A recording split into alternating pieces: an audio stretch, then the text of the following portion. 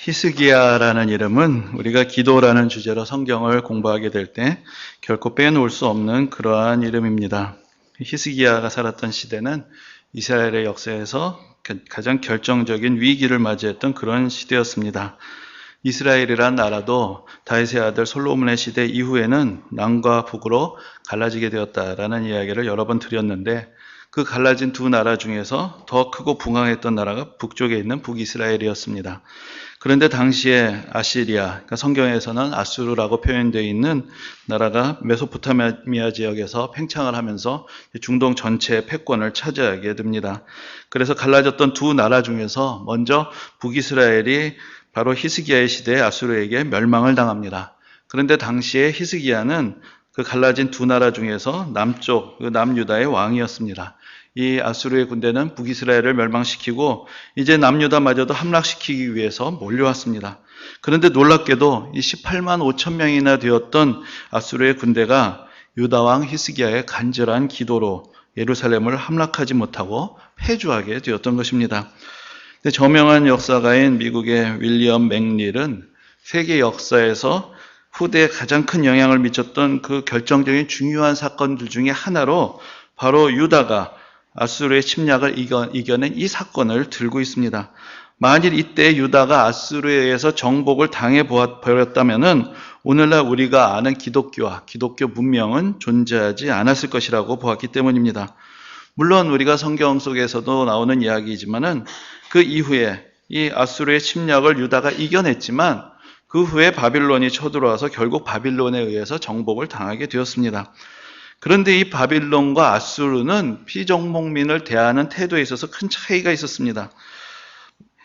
그것은 이제 북이스라엘과 남유다가 멸망한 후에 각각 어떤 일이 일어났는지를 보면 알 수가 있습니다. 아수르는 북이스라엘을 무너뜨린 후에 이 땅의 백성들을 다 끌고 가고 죽이고 흩어버린 후에 다른 지역의 민족들을 그 땅에 와서 살게 했습니다. 그러면서 이스라엘의 열지파는 역사 속에서 사라져버립니다. 그런데 만약 이때 남유다도 아수르에 의해서 무너졌더라면은 그 북이스라엘과 함께 다 사라지고 이스라엘이라는 이 나라와 또 그들의 신앙은 역사에서 사라져버렸겠지만, 그렇게 된다면 기독교 신앙도 이 세상에 등장하지 못하게 되었겠지만, 그러나 이때 이날 유다 왕국이 하나님께서 그 당시 알려진 세계 전체를 정복한 그 엄청난 아수르의 군대로부터 구원을 하시는 그런 놀라운 경험을 하게 되면서 그들은 하나님이 살아계시며 우리를 도우신다라는 그런 확실한 증거를 얻게 된 것입니다. 그래서 이스라엘 백성들은 그 뒤로 고난이 닥쳐도 그것은 하나님이 계시지 않기 때문이 아니라 그들 스스로가 하나님 앞에서 불의하였기 때문이다라는 것을 믿게 되었고, 그러면서 하나님에 대한 믿음이 흔들리지 않게 된 것입니다. 그래서 후에 바빌론이 남유다를 무너뜨리게 되었지만 유다 백성들은 바빌론으로 포로로 끌려갔다가 70년 만에 다시 돌아왔고, 그 사이에서도 그들의 신앙과 문화를 계속해서 보존했습니다. 그리고 그들이 다시 돌아와서 나라를 재건하게 되었고, 그 기반 위에 유대교 신앙이, 그 후에는 기독교 문화가 신앙이 자라나는 토양이 되었던 것입니다. 근데 윌리엄 맥닐은 아수르 군대가 예루살렘을 포위했다가 갑자기 물러간 이유가 아마도 전염병이 퍼졌기 때문이었을 것이다 라고 그렇게 설명을 합니다. 이날 아수르의 대군이 물러간 이유가 전염병 때문이었을 수도 있습니다. 근데 물론 전염병 때문이었다라는 이유 자체가 도무지 어떻게 설명을 할 수 없기 때문에 생각해낸 일종의 가설이지만, 아니 전염병 때문이었다고 해도 왜 하필 바로 그날 그 시각에 그곳에 전염병이 퍼지게 되었는지 그것을 어떻게 설명할 수가 있겠습니까?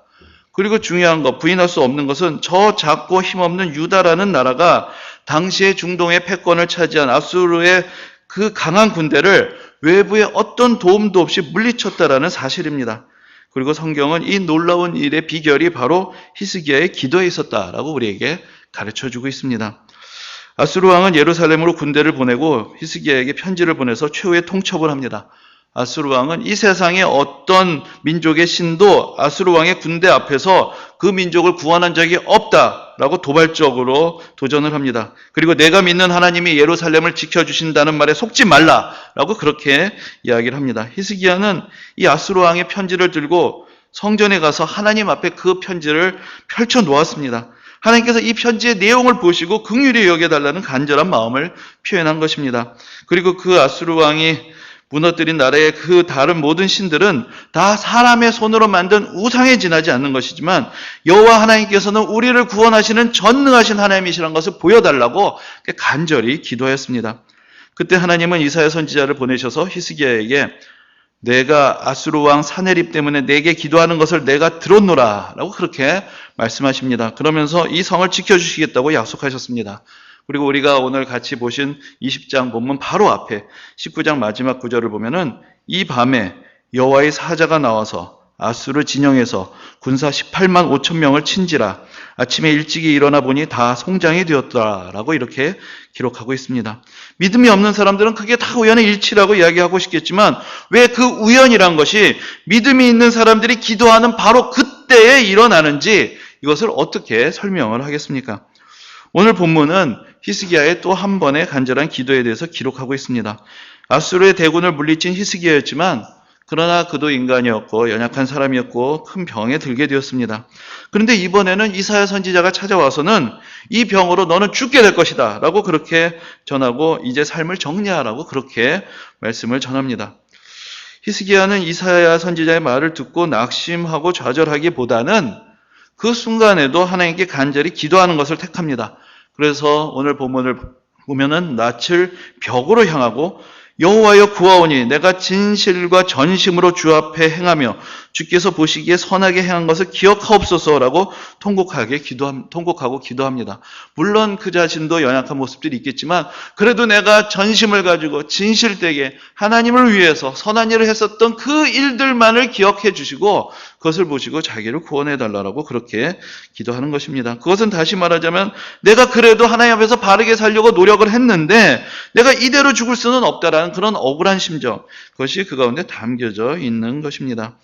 근데 보통 당시의 사람들은 하나님께 기도할 때 전에도 말씀드렸지만 하늘을 우러러보면서 손을 들고 기도하는 일이 많았습니다. 그런데 오늘 본문을 보면은 히스기야는 벽을 보고 앉아서 기도했습니다. 스님들이 면벽 수도를 한다라는 이야기는 들어봤는데 기독교에도 면벽 기도가 있구나 라는 것을 이제 여기서 알게 되는데 그 창시자가 누구냐? 바로 히스기야가 벽을 보고 기도했다라는 것이 여기에 기록이 되어 있습니다. 근데 왜 벽을 보고 하필이면 기도를 했을까? 어쩌면 그것이 그의 마음의 표현이었겠죠. 너무 절망하고 차마 하늘을 우러러 볼 수 없지만 그리고 사박이 꽉 막히고 같은 그런 답답한 심정 가운데 있지만 그러면서 그렇게 벽을 바라보면서도 어떻게든지 하나님의 도우심을 구하는 마음으로 또한 탄식하면서 그가 기도한 것입니다. 근데 히스기야의 기도에서 주목하게 되는 특징이 이렇게 성경에서 그의 기도의 자세, 방법들을 자세하게 기록하고 있다는 점입니다. 앞에서 아수르의 위협 속에서 기도할 때도 그는 아수르 왕이 보낸 편지를 하나님 앞에 펴놓고 기도합니다. 그리고 자기의 병을 인해서 기도할 때 바로 자기 방에서 벽을 바라보며 기도합니다. 이런 구체적인 기록들은 이 기도의 역사성, 사실성을 더 분명하게 밝혀주는 것이고 그의 기도가 어떤 형식적, 의례적인 기도가 아니라 구체적인 상황 가운데서 전심을 다해서 간절한 마음으로 했던 그런 기도였다라는 것을 우리에게 가르쳐주고 있는 것입니다. 이 기도가 얼마나 간절했든지 하나님은 히스기야의 기도에 즉각적으로 응답하셨습니다. 그래서 이 병으로 죽게 될 것이라고 말하고 집으로 돌아가던 이사야 선지자가 아직 집에 도착하기도 전에 하나님께서 다시 그를 돌이키셔서 왕궁으로 가게 하시고 히스기야를 고쳐주셨던 것입니다. 여러분들은 기도의 응답을 얼마나 빨리 받아보셨습니까? 제가 기억하는 가장 빠른 기도의 응답은 전에도 한번 말씀을 드린 것 같기는 한데 제가 대학부 시절에 또 수련회에서 경험한 것입니다. 정확하게 말하면 제 기도가 아니라 제 친구의 기도였는데 당시의 상황은 이랬습니다. 되게 이제 수련회를 가면은 마지막 날은 집회를 늦게까지 하고 기도도 늦게까지 하고 그리고 그 다음에는 밤을 새서 이야기도 하고 게임도 하고 하면서 그냥 거의 밤을 새는 일들이 많았습니다. 그래서 그때도 그랬고 그래서 이제 마지막 출발하기 전에 폐회 예배라는 것을 드리는데 그때는 대부분 거의 다 사망 상태인 것이죠. 다 비몽사몽 가운데 그냥 다들 졸고 있는 가운데 어떻게 간신히 예배 마치고 짐 싸고 나가는 것 이제 그게 보통 벌어지던 일이었는데 그때 제 옆에 한 친구가 똘망똘망 정신을 똑바로 차리고 있는 친구가 있었습니다. 그 친구가 이제 폐회 예배를 드리면서 말씀을 듣는데 너무 말씀이 좋은데 옆에 있는 저를 보니까 아주 정신을 못 차리고 자고 있는 거죠. 그러니까 갑자기 선하고 긍휼히 여기는 마음이 들어서 이 친구가 저를 위해서 기도했습니다. 하나님 명륜이를 깨워주셔서 저 말씀을 꼭 듣게 해주세요. 예수님 이름으로 기도합니다. 아멘 하는 그 순간에 제가 하면서 잠에서 깨게 됐습니다. 무슨 일이 벌어졌느냐? 갑자기 그 순간에 벌 한 마리가 제 다리를 쏘았습니다. 그래가지고 제가 놀라가지고 잠이 깨게 된 것이죠. 그런데 저도 놀랐는데 더 놀란 것은 그 친구였습니다. 그냥 기도했는데 정말로 제가 잠이 깬 거예요. 그러니까 그 친구가 더 놀라가지고 제 앞에서 황당해하고 있었던 그 모습 제가 그대로 생생하게 기억을 합니다. 지금도 사실 앞에서 말씀드린 우연이라면 다 우연이죠. 하지만 참 궁금한 것은 그 벌이 어디서 들어와가지고 왜 그때까지 가만히 기도 끝날 때까지 기다리고 있다가 딱 기도 끝나고 아멘 할 때 제 다리를 쐈는지 저는 지금도 이해를 할 수가 없습니다. 여러분, 히스기야의 기도도 그렇고 그때 제 친구의 기도도 그렇고 그렇게 즉각적으로 응답받는 기도를 보면 기도하는 사람들의 순전한 마음이 있었다라는 것을 우리가 알게 됩니다. 우리도 기도합니다. 그러나 우리는 그러한 순수한 마음을 많이 잃어버렸습니다. 세상에서 때가 많이 묻었고 기도하면 꼭 이루어진다는 확신도 사라졌습니다. 그래서 기도하기는 하지만 돼도 좋고 안 되면 할 수 없고 그런 식의 기도에서 잘 벗어나질 못합니다. 물론 다 하나님의 뜻대로 되는 것입니다. 그러나 기도하는 그 순간만큼은 하나님이 살아계시고 역사하시며 하나님께서 응답하신다는 그런 확신을 가지고 기도해야 그것이 어떤 방법이 되었든지 간에 하나님께서 역사하시는 것을 우리가 보게 되는 것입니다. 저도 돌이켜 생각해 보면은 정말로 순전한 마음을 가지고 간절하게 기도했을 때, 전심으로 기도했을 때 하나님께서 어떠한 방법이든지 간에 들으시고 응답을 반드시 해주셨구나라는 것을 지금도 생각해 보면은 다시 한번 깨닫게 됩니다. 옛날 얘기를 한 김에 한 가지를 더 해드리면은 저한테 이제 고등학교 때 교회에서 고등부 시절부터 이렇게 같이 가까이 지냈던 친한 친구가 한 명 있었습니다. 그런데 저는 이제 대학을 바로 진학을 했는데 그 친구는 이제 재수를 하게 되었습니다. 그런데 이제 그 친구는 그 당시 좀 형편이 어려워서 혼자서 이제 방을 하나 얻어서 자취를 하고 있었는데 그 자취방에 전화가 없었습니다. 당시엔 당연한 그런 일이었죠. 그런데 요즘이야 다 핸드폰을 들고 다니니까 방에 전화가 없어도 상관이 없지만 이 친구 방에 전화가 없고 이 친구는 아침 일찍이 나가서 학원 가서 공부하고 이제 밤에 늦게 들어오니까 이 친구 이렇게 만나기가 참 힘들었습니다. 그래서 가끔은 보고 싶기도 하고 격려해주고 싶기도 하고 잘 지내는지 궁금하기도 하고 그러면 이제 집을 찾아가는데 집을 찾아가도 이제 만날 수가 없으니까 가끔은 가게에서 먹을 것 간식거리 같은 거 사다가 걸어주고 오기도 하고 이제 그랬는데 어느 날 이제 집에 있는데 참 궁금한 것이죠. 이 친구를 꼭 만났으면 좋겠다라는 그런 생각이 들었습니다. 그래서 간절히 기도했습니다. 하나님, 좀 그 친구가 어떻게 잘 지내는지 궁금하기도 하고 좀 그 친구를 꼭 만났으면 좋겠습니다. 기도했는데 이것은 바로 기도 끝나고 아멘하고 일어난 일은 아니고 좀 시간이 지나서인데 갑자기 띵동하고 벨이 울리는 거예요. 나가보니까 그 친구가 문 앞에 서 있었습니다. 여러분 믿으시겠어요? 실제로 일어났던 일이에요. 제가 경험한 일입니다. 기도했는데 이 친구 보고 싶어요 하고 기도했더니 친구가 와서 띵동하고 벨을 누르던 것이죠. 그래서 사실 요즘은 다 스마트폰 들고 다니니까 이제 그런 은혜를 받을 경험이 없는데 카톡이라도 보내면 되는데 그때는 아무런 연락의 수단이 없었는데 그때 하나님께 기도했더니 하나님께서 그런 기도까지도 들어주셨던 참 그런 은혜의 역사. 이제 그것이 제 마음속에 생생하게 새겨져 있습니다. 그런 일들이 다 그때는 그만큼 참 순수했기 때문이었구나. 그런 생각을 해보곤 합니다. 제 후배 한 명이 그런 얘기를 한 적이 있습니다. 자기가 은혜 받고 너무나 하나님의 사랑이 가득했을 때는 길을 가다가 하나님이 저를 사랑하신다는 걸 보여주세요 하면은 구름이 모여서 하트가 됐다는 거예요. 믿으시겠어요? 그 친구가 저에게 직접 해준 이야기예요. 여러분, 그만한 순수한 믿음이 없는 게 문제인 것이지 하나님이 역사하시지 않는다는 것은 아니라는 것입니다. 그리고 내가 그렇게 순수한 마음으로 하나님께 기도하면 하나님께서 지금도 이 시대에도 하나님께서 우리에게 응답해 주시는 분이라는 것을 우리가 또한 믿고 의지해야 할 것입니다. 그래서 우리가 오늘 본문에서도 히스기야가 그렇게 간절히 기도할 때 즉각적으로 응답하셔서 이스라엘 선지자가 집으로 향하던 그 발걸음까지 돌리셔서 바로 히스기야의 기도에 응답하셨던 그런 하나님의 은혜를 보게 되는 것입니다. 근데 여기에 우리에게 떠오르는 의문점이 하나 있습니다. 아니, 그렇게 바로 고쳐주실 것이면 애시당초 하나님이 히스기야에게 병을 들지 않게 해주시면 되는 것이지 왜 병 주고 약 주셔서 병으로 죽게 될 것이다 하셨다가 또 고쳐주겠다라고 하시는 것인가? 여러분도 그런 게 궁금하지 않으십니까? 근데 여러분, 히스기야가 유다 왕국을 위기에서 구원한 위대한 왕이고 하나님을 경외하는 왕이긴 했지만 그러나 우리가 성경의 말씀을 쭉 읽어보면은 히스기야도 인간이고 또 인간적이고 계산적인 그런 모습을 가진 사람이었습니다. 그가 처음부터 오직 하나님만을 의지하는 그런 왕은 아니었던 것이죠.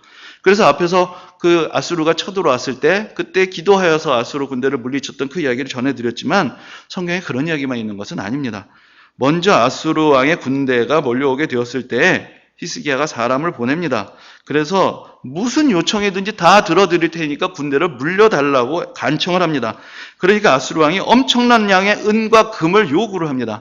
그러니까 히스기야가 와서 나라 안에 있는 모든 은과 금을 다 긁어 모았습니다. 무엇까지 긁어 모았냐면은 하나님의 성전에 화려하고 아름답게 도금을 해놓은 그 금까지 다 긁어서 벗겼습니다. 그래서 그거를 가지고 아수르 왕에 바쳤는데도 아수르 왕이 군대를 물리지 않은 것입니다. 그리고 쳐들어오니까 방법이 없잖아요. 그러니까 히스기야로서는 기도할 수밖에 없었던 것이고 그가 간절히 기도함으로 하나님의 은혜의 도우심을 얻게 된 것입니다. 또 성경에 보면 이런 이야기도 있습니다. 이게 아수르를 물리친 다음에 상당히 이제 히스기야가 의기양양하게 된 것이죠. 근데 그때 그 당시 아수르는 지는 해가 되었고 이제 떠오르던 해가 바로 바빌론이라는 나라였습니다. 근데 바빌론에서 사자를 히스기야에게 보냅니다. 근데 이 바빌론도 이제 아수르에 대항해서 일종의 반아수르 동맹을 맺어야 되는데 보니까 이 유다라는 나라가 조그만 나라인 줄 알았는데 아수르가 이 나라를 함락시키지 못하고 물러가더란 거죠. 그러니까 이 나라랑 동맹을 맺어야 되겠다 생각하고 찾아온 것입니다. 그러니까 이 히스기야가 상당히 의기양양하게 된 것이죠. 그리고 뭐 아수르 군대하고 전쟁도 싸움도 안 하고 이겼으니까 뭐 무기들이 그대로 있었을 거 아니에요. 그러니까 아수르 왕의 사자에게 그 바빌론 왕의 사자에게 무기고를 다 열어서 보여줍니다. 우리에게 이렇게 무기가 많고 우리 군대가 이렇게 강하다라고 그렇게 자랑을 하고 뭐 그렇게 은과 금을 다 갖다 준다음에도 뭐가 남은 게 있었는지 왕궁의 어떤 창고까지 열어서 보여주면서 우리나라가 이렇게 대단한 나라다라고 그렇게 과시를 합니다. 그렇게 해서 그 마음으로는 아수르가 언제 다시 쳐들어올지도 모르는데 이 바빌론이라는 나라를 꼭 붙들어 놔야 되겠다라는 생각을 한 것이죠. 근데 여러분 어떻게 됐습니까? 나중에 이 바빌론이라는 나라가 쳐들어와서 예루살렘을 함락을 시키고 나라를 무너뜨리는 것입니다. 그러니까 이 히스기야도 다 자기 나름의 세상적인 계산을 가지고 살아가는 사람이었던 것이죠. 어떻게든지 아수르 왕의 비위도 맞추려고 했고 또 하나님만을 믿었던 것이 아니라 또 어떻게 바빌론에 의지하고 싶었던 그런 마음도 있었던 그런 사람이었습니다. 그도 여러 가지 계산으로 머리가 복잡했고 현실에서 누가 힘이 있는가 그것을 계산하며 헤아리던 그런 사람이었습니다. 그러나 하나님께서 그를 연단하셔서 그로 하여금 기도하지 않을 수 없게 만드셨고 적어도 히스기야는 그렇게 하나님께서 기도하라고 부르실 때 그때 기도할 수밖에 없었을 때 전심으로 하나님께 기도하며 하나님을 찾았기 때문에 또한 하나님의 은혜를 입을 수 있었던 그런 사람이었던 것입니다.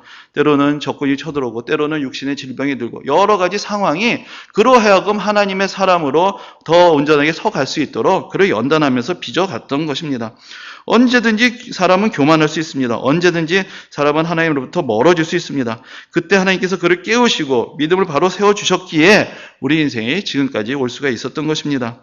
우리가 전에 다윗의 인생에서도 보았던 것처럼 성경에 나오는 신앙의 위인들이라는 사람들도 본래부터 하나님을 의지하고 늘 확실한 믿음 가운데 거했던 것은 아니었습니다.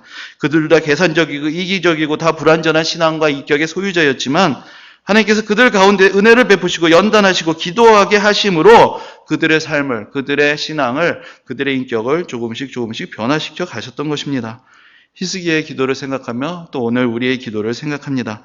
하나님이 우리를 기도의 자리로 부르실 때 순전한 믿음을 가지고 기도하며 하나님께 우리의 기도함으로 하나님께서 우리 기도에 역사하시고 우리의 삶 가운데서 우리를 은혜로 돌보시는 것을 깨닫는 그런 기쁨이 이 한 주간 우리 삶 가운데 함께 하시기를 주님의 이름으로 축원합니다.